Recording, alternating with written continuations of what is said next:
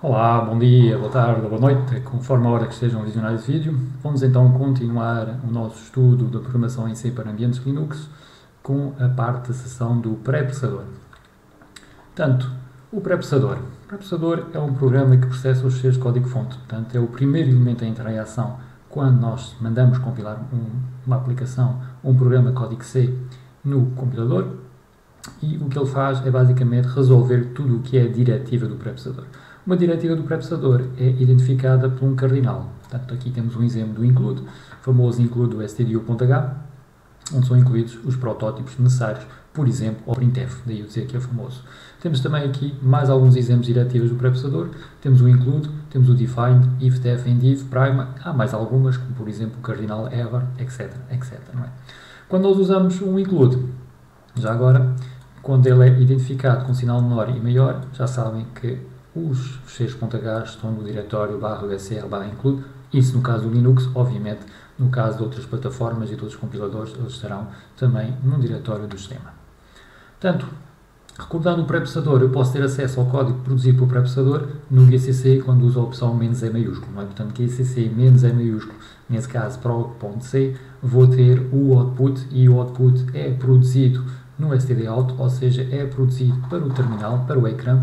Nós aqui temos indicação que são as tais 1148 linhas, a maior parte delas, como foi dito anteriormente, a maior parte delas resultantes do include do stdio.h. Portanto, a primitiva include, já vimos, serve para incluir ficheiros.h e normalmente nós temos para cada ficheiro.c o respectivo .h. E esse .h vai conter o quê? Vai conter as funções públicas e as variáveis globais. Também vai conter as structs. Aqui não há nenhum exemplo, temos aqui um exemplo de uma variável global, que é a variável g_contador. Já sabem que é boa prática para as variáveis globais identificá-las sempre com prefixo. Nesse caso usaremos sempre um g maiúsculo, underscore, para que rapidamente, ao olhar para o nome de uma variável, saibamos que ela se trata de uma variável global. Aqui o extern é necessário para indicar num protótipo que se trata de uma variável global definido alguns no outro ficheiro. Obviamente, sendo esse ficheiro.h, por exemplo, o util.h, quer dizer que essa variável estará definida no util.c.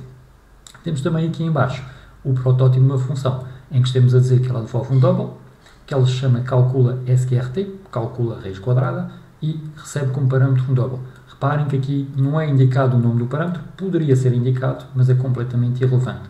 O que o compilador precisa no protótipo de uma função é o tipo de dado que ela devolve e também o parâmetro com o qual, ou os parâmetros que são necessários para a função ser chamada corretamente.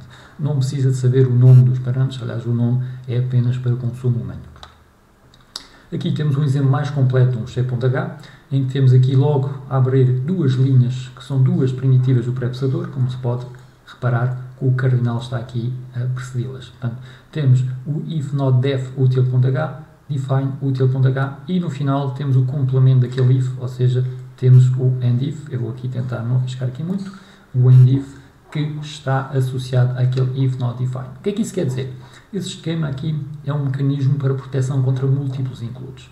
Basicamente, o que se pretende aqui é evitar que esse ficheiro.h, seja qual for, possivelmente chama-se util.h, que esse ficheiro possa ser incluído várias vezes no mesmo ficheiro.c. Isso pode acontecer de uma forma indireta, ou seja, nós temos diretamente a indicação que temos include util.h num ficheiro, imaginem a.c, mas o próprio a.c tem também outro include, por exemplo, do b.h, e esse b.h também está a fazer um include do util.h. E, portanto, para evitar esse tipo de situações, em que o util.h poderia aparecer várias vezes, o que é feito é usar essa metodologia, ou seja, colocas aqui, se não tiver definida essa constante, e essa constante é derivada do nome do ficheiro, nesse caso será o util.h, define-se. Depois está o conteúdo todo, propriamente dito, do ficheiro.h, e no final temos o endif. O que é que isso faz?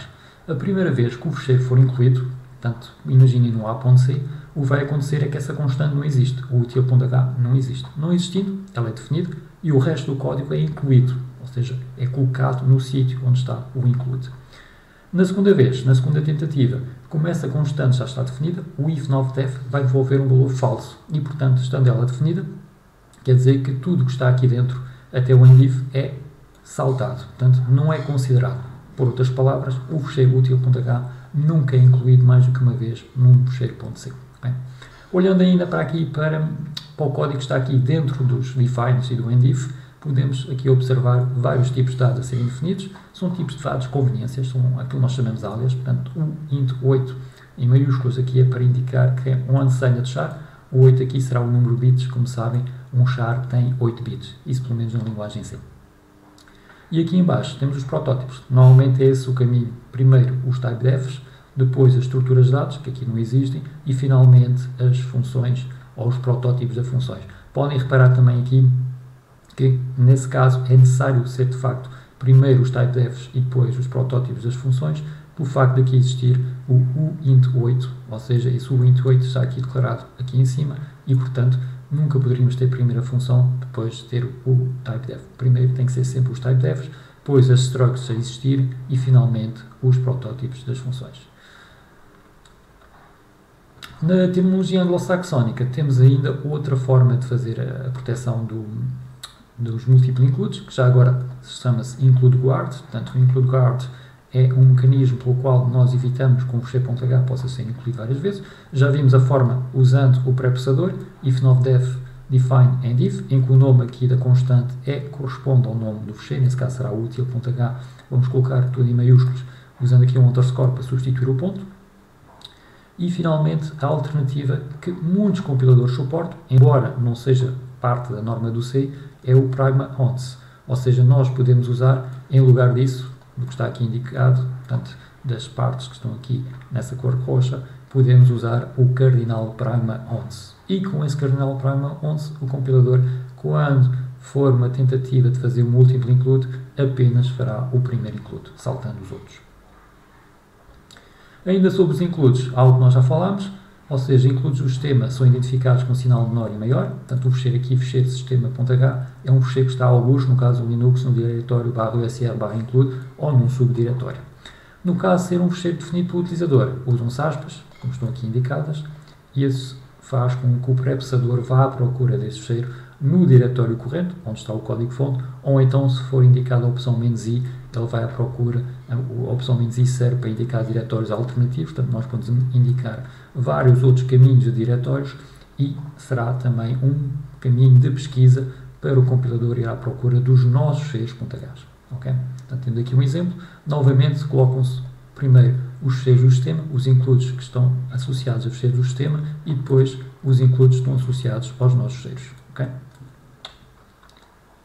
Aqui um exemplo de outra opção do pré-processador, outra possibilidade é o define, é definir uma macro. Aqui temos a definir a cidade, portanto a macro, que é CIDADE em maiúsculos, vai ser substituída pela palavra leiria em maiúsculos com as aspas. Isso é importante, ou seja, o pré-processador vai pegar no que está a cidade e vai substituir sempre por aspas, leiria, fechar aspas. Não é? Portanto, define aquilo que nós chamamos como uma constante do pré-processador. Em termos anglo-saxónicos também falam muitas vezes numa macro. Por convenção, as constantes do pré-processador são sempre definidas em maiúsculos. Não é? É uma convenção, podemos não respeitar, mas isso permite que o programador, ao ver algo, uma constante em maiúscula, se perceba que isso é possivelmente, muito provavelmente, uma constante associada ao pré-processador. Temos ainda a possibilidade, quando nós estamos a compilar, no caso do GCC e quase todos os outros compiladores também suportam isso, a possibilidade de definir uma macro na linha do comando. Quer dizer o quê? Quer dizer, imagine que tenho aqui essa constante define valor, que não tem nada, portanto está vazia. Portanto, se eu for compilar isto sem mais nada, o valor aqui vai parecer vazio e vai dar erro, não é isso que eu quero. Eu posso, na linha de comando, indicar o valor, portanto atribuir um valor a valor, nesse caso tenho que usar a opção menos em maiúsculo, e depois tenho aqui a macro e qual é que é o valor que estou a atribuir. Nesse caso é um valor numérico, obviamente poderia ser uma string, poderia ser aquilo que nós precisamos. O resto da linha de compilação é aquilo que nós já nos habituamos, os warnings aqui, qual é que é o fecheiro.c e qual é que é o output, nesse caso o a.exe. A diretiva define é muito mais poderosa que definir apenas constantes, também nos permite definir macros e as macros podem ter parâmetros. Temos aqui um exemplo, esse define max xy é uma macro, vai ter os parâmetros x e y. O nome max já deixa adivinhar que serve para definir o máximo de dois valores. Portanto, essa macro vai fazer, devolver, chamamos assim, devolver o máximo de dois valores numéricos. Não é? Portanto, temos aqui a comparação. Essa macro, depois, na realidade, é esse operador ternário. E o operador ternário, como vocês sabem, o x maior que o y. Portanto, se isso for verdadeiro, devolve x. Quer dizer que o x é maior que o y, nós queremos o máximo. se não, devolve o y, e portanto, se o y foi maior que o x, vai devolver o y, ou seja, está a devolver o máximo. Portanto, max aqui, max xy é uma macro com dois parâmetros. Portanto, o operador ternário, e aqui temos um exemplo de uso, max 1020, na realidade, e é preciso ter em conta que o pré-processador o que faz é substituir pelo conteúdo que está ali indicado, o compilador já não vai ver quando passar a fase aqui do max, portanto, o pré-processador o que vai fazer é substituir max 1020 por essa expressão que está aqui, que corresponde, obviamente, à expressão que está aqui indicada, não é? Portanto, vai ser 10 maior que 20, 10, 20 e, obviamente, o resultado aqui será o 20. Portanto, aqui um exercício para vocês fazerem será o definir uma macro chamada ABS com um único parâmetro e o objetivo da macro é devolver o valor absoluto de A. Ou seja, se A for positivo, devolve o próprio A, se o A for negativo, vai devolver menos A. Ok? Aqui está um pequeno humor para vocês depois poderem ter um pouco de relaxamento.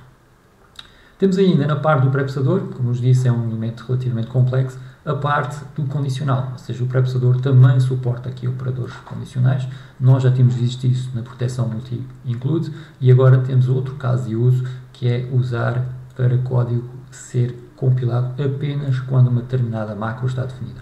Por exemplo, se estivermos a criar um código que seja para ser compilado tanto em Windows como em plataformas não Windows, podemos usar um mecanismo deste género. If define Win32, o Win32 é normalmente a referência à API do Windows e, portanto, está definido em qualquer compilador de Windows, da Win32. O que vai acontecer aqui é que o código printf que está aqui apenas vai ser incluído quando nós estivermos numa plataforma a compilar numa plataforma em que esteja definido o Win32. As outras vão estar aqui a indicar esse printf. Obviamente, num caso real, não seria um printf, mas seria código apropriado à respectiva plataforma. Temos outros exemplos, com o define debug. Eu posso ter código apenas de depuração, código que eu vou apenas usar para debugging, e, portanto, quando a minha aplicação estiver terminada, eu vou querer que esse código não apareça ao cliente final. Portanto, posso fazer algo assim do género, vou definir o debug apenas quando eu precisar de estar a testar a minha aplicação e posso ter aqui umas mensagens apropriadas de depuração, enfim, mensagem quando o debug está definido, obviamente serão mensagens mais explícitas, não é? O que permite ter aqui um certo controle no output da aplicação. Portanto, posso ter um modo debug e um modo não debug, não é? Importante ainda no pré-processador são essas duas constantes, o underscore, são dois underscores, underscore file, e o underscore line, underscore também, dois underscores no final também, e essas constantes do pré-processador permitem ser usadas para o caso de fazer depuração, ou seja, elas correspondem respectivamente à linha do fecheiro-fonte e ao nome do fecheiro código-fonte. Portanto, se eu tiver no fecheiro A.C na linha 12, vai-me aparecer aqui nesse caso linha 12 do fecheiro A.C. São muito práticas para quando temos uma determinada mensagem, conseguimos localizá-las no nosso código. Temos ainda, não esquecer, não é? Isso é um lembrete, o include guard, portanto o if not def, define util and if, e temos aqui outros exemplos e também o prime once. Isso é mais um lembrete para não esquecermos. Quando nós criamos um fecheiro.h, temos sempre um include guard feito. Aliás, é boa ideia ter um template já com esses mecanismos, ou o prime once, ou um mecanismo mais usual, que é o if not def define, porque faz parte da norma do C. E terminamos. Agradeço a vossa atenção e até à próxima.